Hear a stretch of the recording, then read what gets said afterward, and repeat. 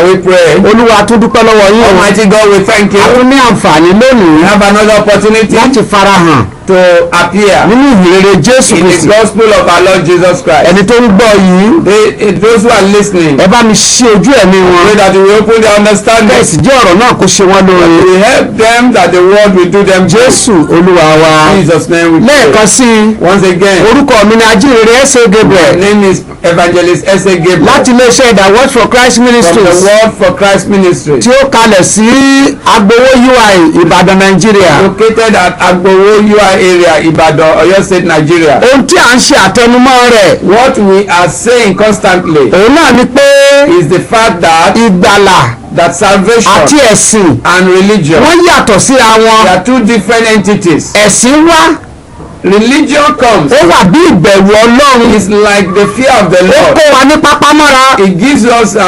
it takes us by force láti mọ̀ pé to know Ọlọ́run kan ṣoṣo ní ń bẹ that there is only one God, kí a sì sìn so that we can kí a sì worship bẹ̀rù Him, rẹ̀. so that we can fear Kò Him. jù bẹ́ẹ̀ yẹn lọ. That is all. Tàbí ká rúbọ sí i. Or so that we can Tàbí sacrifice to Him. ká ṣe ìtọrẹ àánú. Or that we can give alms. Kò jù bẹ́ẹ̀ yẹn lọ. That is all. Ṣùgbọ́n But ohun tí Ọlọ́run ní lọ́kàn. but what God had in mind Òun ni pé kí a jẹ́ ọmọ rẹ̀. is that we become His own, Ẹ̀sìn òsì wá ní agbára and the religion doesn't have the láti sọ power wá di ọmọ Ọlọ́run. to turn us to children of Ọlọ́run God. fún wa ní òfin, God gives us law, àṣẹ He gives us àti commandments, ìlànà He gives us pé kí ordinance a pa á mọ́ that we should keep it, gẹ́gẹ́ bí olùsìn. even as religious Ṣùgbọ́n people. gẹ́gẹ́ bí ìwé mọ́ ti wí, But according to the scripture, òfin pàápàá even the law, dípò kó gbà wá làwọn ń pa wá ni. instead of it to save us, is killing Ṣùgbọ́n us. ìwé mímọ́ wípé But the Bible Ọlọ́run says wá rán ọmọ rẹ̀ wá God sent forth His ní àwòrán ara ẹ̀ṣẹ̀ in the likeness of kó human lè ti nature, pasẹ̀ ikú so that He can through death pa ẹni tí ó ní agbára ikú ni. destroy the one that has the power of Àti pé kó death, sì lè gba gbogbo àwọn tó ti wà lábẹ́ ìdè and so that He can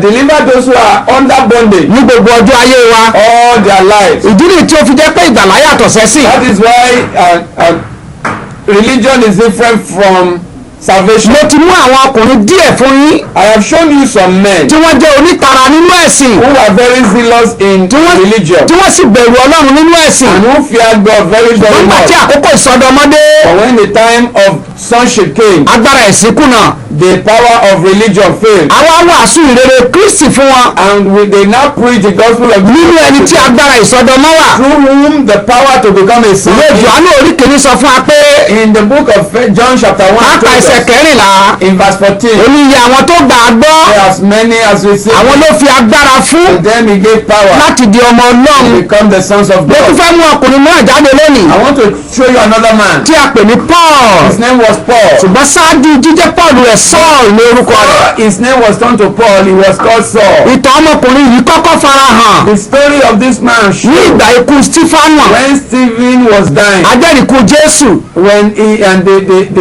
the martyrs of Jesus. Ìyẹn ní Act 7 In the book of Acts chapter 7, pàápàá láti bí verse 5 to 8 from verses 5 to 8, wọ́n pa Stefanu. Stephen was killed. Ṣùgbọ́n Sọ́ọ̀lù gan ni ẹni tó lídìí ikú yẹn. But Saul was the real man that led the coup against Bàtà sọ ọ́ lókùúta tó ń wọ sẹ́yìn òde. when they were stoning Stephen. Sọ́ọ̀lù jẹ́ ohun èlò Saul was an instrument fún àwọn Farisí ẹlẹ́sìn for the Pharisees, the láti religionists, máa pa àwọn àpòstélì. kill the Christians. Nígbà tí Paul ń ṣe ìtara sí ẹ̀sìn, When Paul was very zealous concerning tí ẹ bá ka religion, Act 8:1 if you read the book of the Acts of Apostles, tẹ́ ẹ kà dé verse 3 to verse 3, tẹ́ ẹ bá jump sí chapter 9 if you jump to chapter 9, verse 1 to 2 from verses 1 and 2, níbẹ̀ ló ti gba ìwé lọ́dọ̀ àwọn Farisí ẹlẹ́sìn there he took authority letter from the Pharisees, the religion, láti lọ máa pa gbogbo àwọn tó gbàgbọ́. kill all those that believe. Ṣùgbọ́n nígbà tá a dé Act 9 But in the book of that Acts of Apostles, verse chapter 3 9, bẹ̀rẹ̀.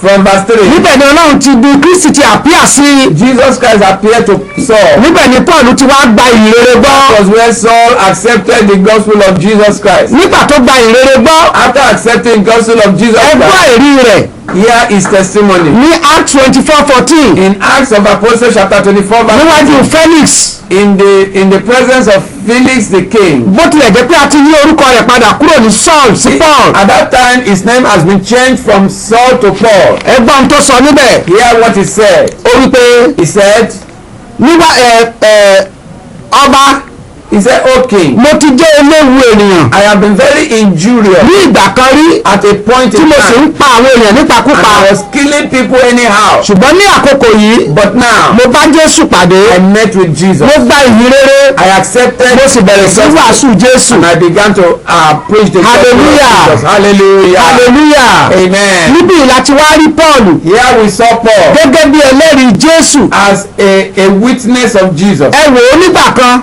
Look at him at one time nígbà tó ń ṣe nínúbíni when he was persecuting. a fẹ́ lọ wò ní ìsinmi Acts 26:19 We want to now look at it from Acts 26 verse 19. Acts 26:19 Acts of the Apostles chapter 26 níbẹ̀ ni mo ti verse 19. fẹ́ bẹ̀rẹ̀ I want to start reading. nítorí náà Agrippa ọba Whereupon, O King Agrippa, èmi kò ṣe àìgbọ́ràn sí ìran ọ̀run náà I was not disobedient to the heavenly ṣùgbọ́n mo vision, kọ́kọ́ sọ fún àwọn Júù but showed forth unto Tí ó wà ní Damascus. of Damascus àti ní Jerusalem and at Jerusalem àti já gbogbo ilẹ̀ Judea throughout all the coast àti of fún àwọn Judea, kèfèrí and to the kí Gentiles wọ́n ronúpìwàdà that they should repent kí wọ́n kí ó sì yí padà sí and Ọlọ́run turn to God kí wọ́n kí ó sì fi rí ìyè àìnípẹ̀kun gbà. and do the works need for ní repentance. verse 22 In verse 22, ó ní ṣùgbọ́n he said, having bí mo sì ti therefore, rí ìrànlọ́wọ́ gbà lọ́dọ̀ Ọlọ́run obtained help of God, mo dúró títí di òní I continued unto this mò day, ń jẹ́rìí fún àti èwe witnessing both to the small Àti àgbà. and great, èmi kò sọ ohun mìíràn bí kò ṣe ohun tí àwọn wòlíì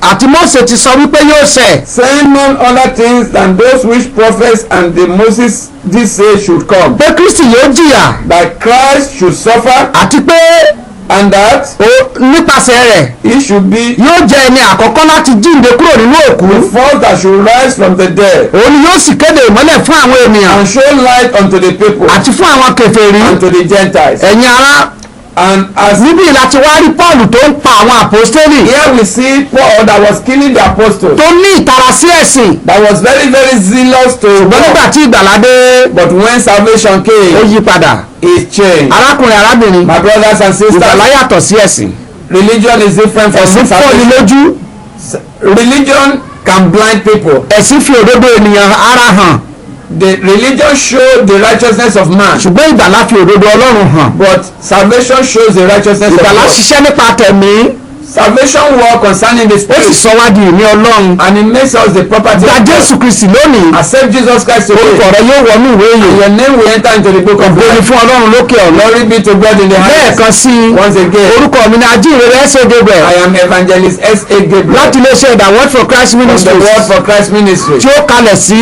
that is located Agbowo at UI Agbowo area, Ìbàdàn Nàìjíríà Ibadan, Oyo State, ẹ̀rọ Nigeria. alágbèéká mi ni My telephone number is 234 234 80 80 33 33 57 57 53 53 80 80. kí Olúwa kó pẹ̀lú May yín the Lord bless you. Olúwa ẹ bá mi gba ọkàn wọn là Almighty God save the souls of ẹ fún wọn ní people. ìyè àìnípẹ̀kun Give them everlasting ẹnikẹ́ni life. tó wà ní ìdè ẹ bá mi tú sílẹ̀ Anyone that is in bondage, let them be set free. Jésù Olúwa wa In Jesus' mighty name. amen.